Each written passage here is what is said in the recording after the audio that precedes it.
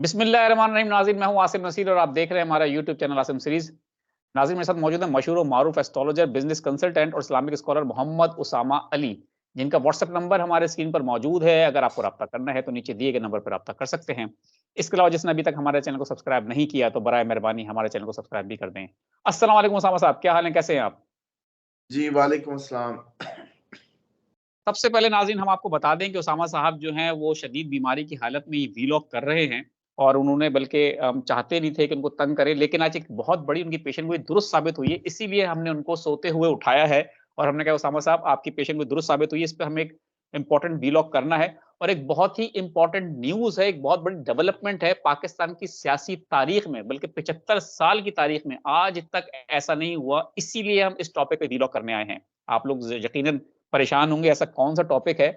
तो ये हम मैं आपको व्लॉग शुरू करने से पहले बताना चाहता हूँ कि ये हकीकत में ऐसा आज तक 75 साल की तारीख में नहीं हुआ जो कि पीटीआई करने जा रही है। जी नाज़रीन, 17 दिसंबर को पीटीआई पाकिस्तान तहरीक-ए-इंसाफ एक वर्चुअल जलसा करने जा रही है और जिसको ऑर्गेनाइज़ कर रही है पीटीआई की सोशल मीडिया टीम, जिसमें पीटीआई के बहुत सारे मेंबर होंगे और काफ़ी सारे लोग उसमें हिस्सा ले सकते हैं। रात 9 बजे ये वर्चुअल जलसा होगा क्योंकि आप जानते हैं कि पीटीआई के जलसे, जुलूसों पर पाबंदी लगा दी गई है। आपको ये भी पता होगा जब इमरान खान गिरफ्तार हुए थे, तो उस वक़्त हमने कहा था, उसामा साहब के साथ बात की थी कि क्या हो सकता है इलेक्शन जब करीब आएँगे तो पीटीआई सोशल मीडिया पे जलसे-जुलूस करेगी और अपने इलेक्शन की इंतखाबी मुहिम सोशल मीडिया पे चलाएगी क्योंकि उसको इजाज़त नहीं दी जा रही। और आज ये बात बिल्कुल दुरुस्त साबित हो चुकी है।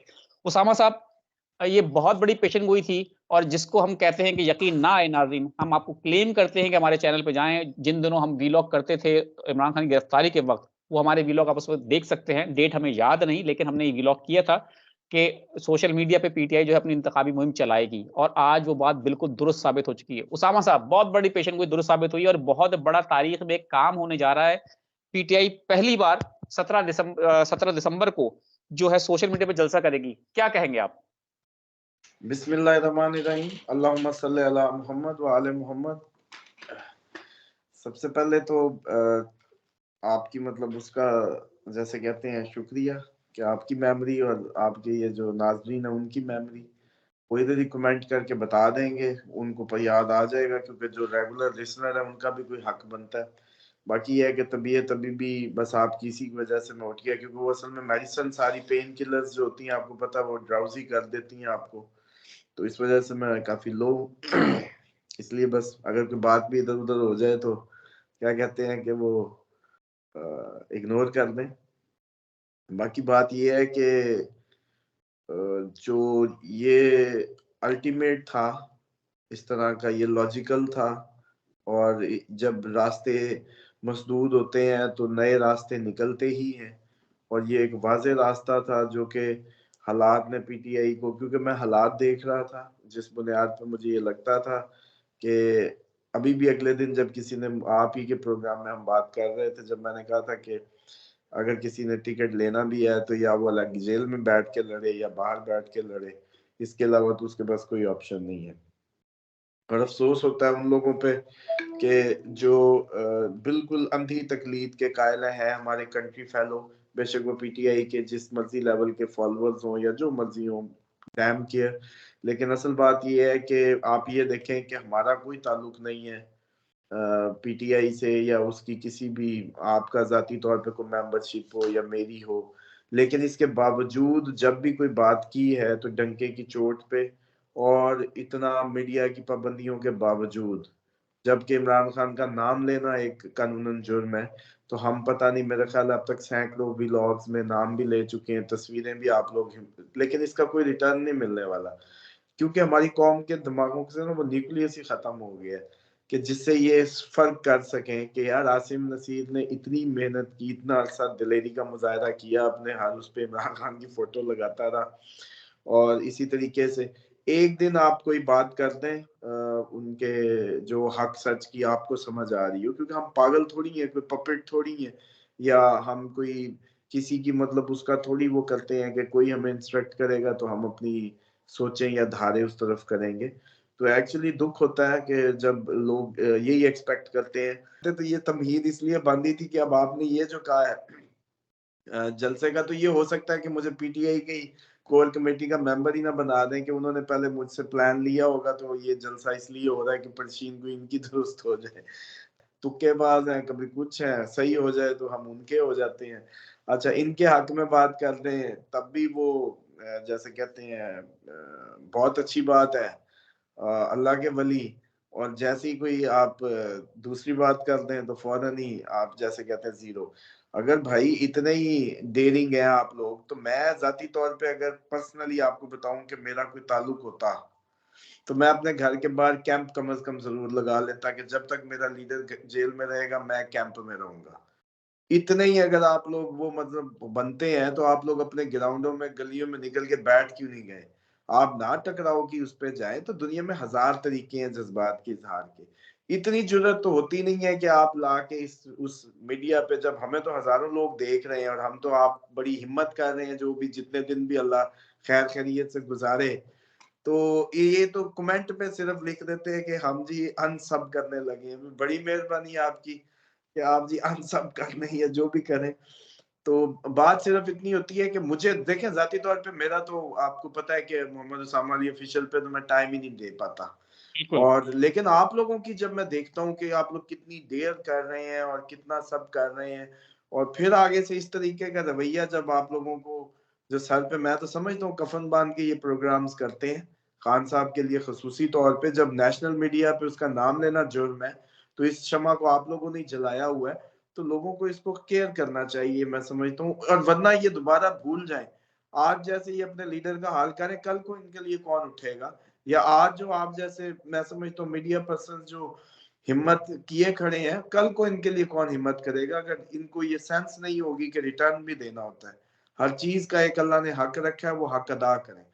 बिल्कुल ठीक। अब आ जाए आपकी इसकी तरफ। मैं क्योंकि ये तमहीद इसलिए बांधी कि कल 2-3 दिन से मैं कुछ देख रहा था, तो वो एक तो बीमारी की मैंने आपको कहा मेडिसिन का भी असर है। दूसरा ये है कि मुझे आप लोगों की ज्यादा फिक्र हो रही है, जो अपने तो 6वां घर मजबूत है, खान साहब की तरफ कोई फिक्र नहीं है।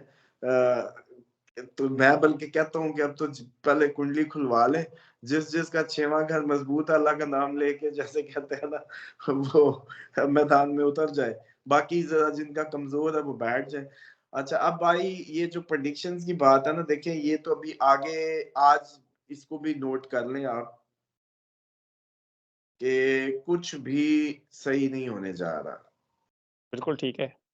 जो अगला आने वाला अपकमिंग टाइम है, ये इलेक्शन शेड्यूल की बात कर रहे हैं आप कि जी आज वो भी उन्होंने दे दिया।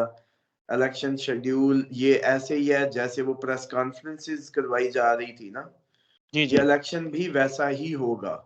और आज सबसे बड़ी फिर ले लें जो इंडिकेशन है, जो शायद ही हो सकता है कि ये इतना जबरदस्ती का इलेक्शन हो, इतना जबरदस्ती कराया गया इलेक्शन हो कि जिसने जीतना हो वो भी इससे डर जाए, बिल्कुल ठीक है। जिसको जिताने के लिए ये किया जा रहा हो। अब ये तारीखी प्रेडिक्शन कर रहा हूं मैं आज आपको, जिसको जिताने के लिए ये किया जा रहा हो, वो खुद भी डर जाए कि भाई अब इतना भी मतलब होता है, मतलब वो खुद ही कहे कि वो खुद चीख उठे कि ये ठीक नहीं है, ये पॉसिबिलिटी है। बिल्कुल। अब जनवरी अगर तो सर खैर खैरियत से अल्लाह के हुक्म से आफियत में गुजर गया, अंदरूनी व बैरूनी किसी भी किस्म की जो अपकमिंग सिचुएशन से, बिल्कुल ठीक है। फिर ये इलेक्शन बजाते खुद एक बहुत बड़ा फितना होगा, एक बहुत बड़ा टर्मोइल को जन्म देगा। उस टर्मोइल के नतीजे में एक और जो भी, अब जैसे आप कुछ लोगों का जो देख रहे हैं प्रेस कॉन्फ्रेंसेस, रूपोश होना, खलाई मखलूक का होना, ये सारी जितनी भी लॉ एंड ऑर्डर की, और ये हमें कहते हैं ना कि इनकी माओ ने इतना दूध पिलाया, अगर तो फिर बात करें।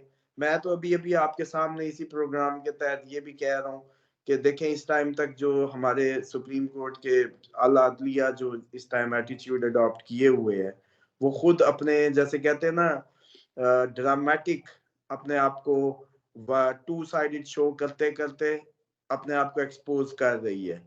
और उसका आज का ये जो एटीट्यूड है ये बिल्कुल वाजे है। दूसरी बात ये है कि ये जो हो रहा है सब कुछ, इसका एक एंड है। शरीफ आदमी जिस दिन फिर गया, ये फिर जितनी मर्जी, जो अब मुझे लग रहा है जिस हद तक लोगों को ज़हनी तौर पे पुश किया जा रहा है और जितना पिंच किया जा रहा है, ऐसा लगता है कि शरीफ आदमी को आखिरकार घर से निकलना ही है और फिर करेक्ट। उसने वापस कोई नहीं जाना।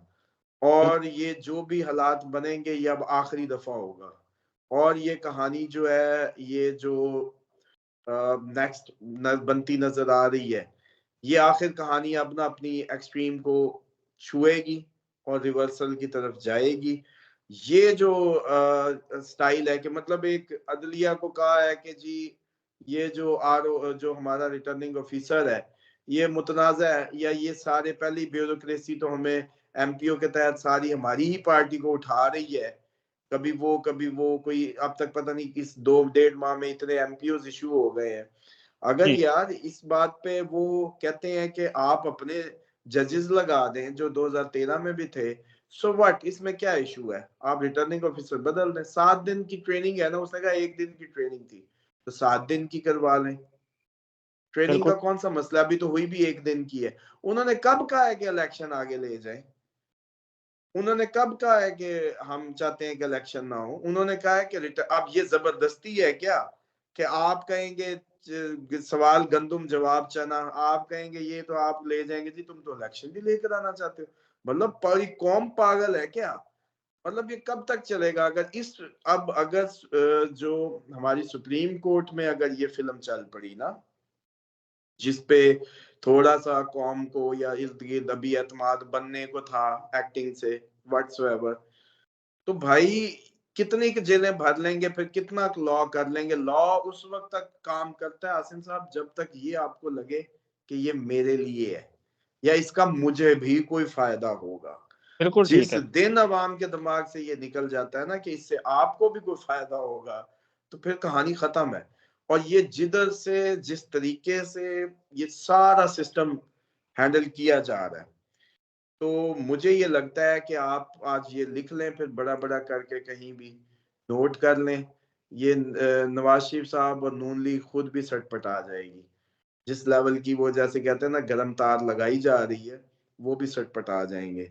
और आप देखेंगे कि वो भी शायद जैसे कहते हैं ना कि खुद ही इससे भाग जाएं कि ऐसा तो हमें नहीं चाहिए, हुकूमत यूं तो नहीं चाहिए जैसे आप दे रहे हैं।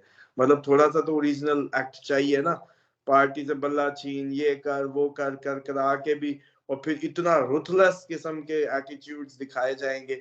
मतलब ये आईना फिर किसी को हक ही नहीं होगा कि रिटर्निंग ऑफिसर पे बात कर सके। लेकिन असल बात यह है कि जो समझने की है कि आप हम अब उस नहज पे पहुंचते जा रहे हैं जिस पे यकीन करें इन लोगों ने उन शरीफ लोगों को, उन खरे लोगों को इंसिस्ट कर देना है, काम उन्होंने ही करना है। और उनको ये इस टाइम का माहौल इंसिस्ट कर देगा कि यार अब उठ जा, बस बड़ी हो गई काइंड ऑफ। तो ये जो शेड्यूल का है इसको इतना अभी भी सीरियस ना लें। ये शेड्यूल पे हो भी जाना है। मिसाल के तौर पे चले यूं समझ लें 60% की पार्टी जो है वो अगर सही तरीके से उसकी बात ही नहीं सुनी जा रही। मैंने आपको कहा था ना, आपने एक और बात भूल गए हैं। जब आपने कहा था जी वकीलों का, तो मैंने कहा वकीलों के तो कागजात पे एक्शन शुरू होंगे, वो कहेंगे मैं नहीं मान, यही वापस कर दिया करेंगे कि हम आपका एतराज लगाते हैं, जैसे इनके इंटरा पार्टी पे हुआ। अच्छा अब इन्होंने ये किया है तो उस पे भी ये हुआ है। वो घूम फिर के भाई खेलने ही नहीं देना ठीक ड्रामेबाजी, है। बल्कि अच्छा है कि क्लियर और वाजे कर रहे हैं और शायद कुछ और चाह रहे हैं। मुझे नहीं लगता बादी नजर में इनकी कोई जैसे कहते हैं हालात को या मामलात को ठीक करने की तरफ वो है। अब इस पे देखें, अब इतनी बड़ी बात आपके प्रोग्राम में आप हम कर रहे हैं, लोगों को इस बात की कोई वैल्यू नहीं होगी। मैं समझता हूँ कि इनको इस बात का मूल देना चाहिए कि यार हमारी कौम में, हम लोगों में कुछ लोग अभी भी हैं जो दिल गुर्दा करके बात कर रहे हैं। ठीक है। लेकिन मैं समझता हूँ कि ये हमारा अलमी है कि ये कौम इतनी ज़हनी तौर पे वो जैसे कहते हैं मफलूज हो गई है, खरे खोटे की पहचान खत्म होती जा रही है इसको। और इसी के साथ साथ इनकी, और मैं तो जब सोचता हूँ एक आम आदमी के लिए बड़ा ही ये इजी जॉब है, मुस्तकबिल के बारे में सुन लेना, ये कर लेना। हमें जो कुछ नजर आ रहा है आप नहीं देख सकते, और उतना हम बता भी नहीं सकते, और बिल्कुल जितना ठीक है, अभी भी बोल जाते हैं इतना भी बहुत ज्यादा हम मतलब अपने आप को रिस्क पे डालते हैं। परले बिल्कुल। कहेंगे कि आपका क्या काम है भाई, आप एस्ट्रोलॉजर हैं, जितनी का आपसे पूछी उतनी करके परे करते हैं ना, सदके मुहिम चलवाने की क्या जरूरत थी? बताएं इनके किसने किसने डेयर की, पार्टी वाला कोई आगे आके उसका सेहरा बांधे। बिल्कुल ठीक है। बिल्कुल ठीक है उसामा साहब, बहुत-बहुत शुक्रिया हमें वक़्त देने के लिए। नाज़रीन, यहाँ हमारे व्लॉग का वक़्त खत्म हुआ। मुझे और मोहम्मद उसामा अली साहब को दें इजाज़त। आखिर में हमारा वही पैगाम है, मुस्कुराएँ, प्यार बाँटें और अपने आस-पास के लोगों का ख़्याल रखें। खुदा हाफ़िज़।